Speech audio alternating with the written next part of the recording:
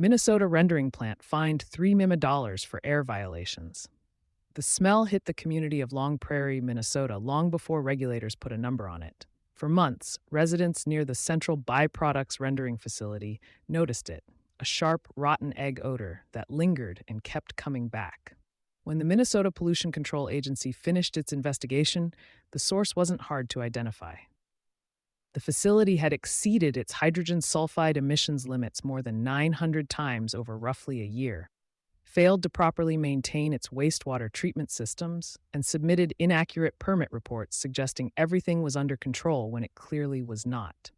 The fine, $3 million. The required remediation investment, $4.4 million, and the community of Long Prairie will receive $1.2 million of that penalty directly. This wasn't the first warning. In 2020, Farmers Union Industries LLC, the parent company of Central Byproducts, agreed to pay $130,000 for wastewater overflow and permit violations at its Central Byproducts rendering plants in both Redwood Falls and Long Prairie. A wastewater pond at the Redwood Falls facility overflowed in March 2019, releasing between 112,000 and 336,000 gallons, some of which reached wetlands in the Minnesota River floodplain, and the MPCA had previously informed the Redwood Falls facility about pond-level requirements before that violation occurred. The 2020 penalty was a fraction of what the company is paying now. When the MPCA calculates fines, it considers not just the severity of violations, but whether the company has been here before. Central Byproducts had been. What the investigation actually found: the MPCA found that Central Byproducts violated a hydrogen sulfide limit of 0.03 parts per million 485 times. That threshold was only permitted to be exceeded twice within any 5 consecutive days. The facility also surpassed a stricter 0.05 ppm limit 427 times, despite being permitted to exceed it no more than twice per year. Combined, that's more than 900 permit breaches over a period running from fall 2023 through 2024. The root cause traces back to wastewater pretreatment. The facility failed to properly operate and maintain those systems, which then overloaded the pond treatment system and generated hydrogen sulfide levels far beyond what the permit allowed. Hydrogen sulfide forms naturally when wastewater isn't properly treated, and the odor it produces is distinctive enough that it rarely goes unnoticed in a community. On the health side, the MPCA notes that effects are generally tied to exposures significantly higher than typical background concentrations. But even at elevated levels, residents near the facility can experience eye, nose, and throat irritation, headaches, and breathing difficulties, particularly for people with asthma.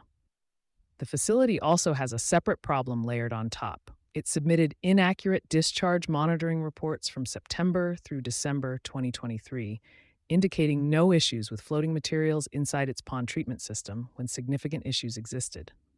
Inaccurate permit reporting adds legal exposure beyond the underlying violations, and regulators treat it accordingly.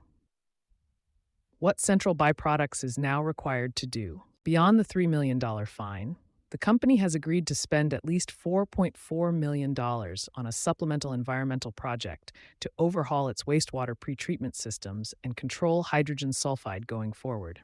The remediation requirements attached to the settlement are detailed and ongoing. Central Byproducts must conduct air monitoring from April 1st through October 31st. Hold public meetings on its environmental compliance and operational changes, and create a publicly accessible webpage publishing monthly hydrogen sulfide emission summaries. If levels exceed permit standards again, the company must submit a corrective action plan to the MPCA directly.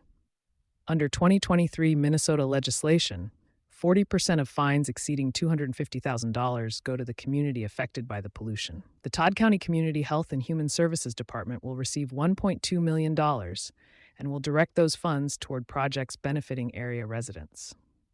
What this means for EHS teams. The Long Prairie case is a useful read on how compliance situations escalate when the underlying infrastructure problems aren't addressed.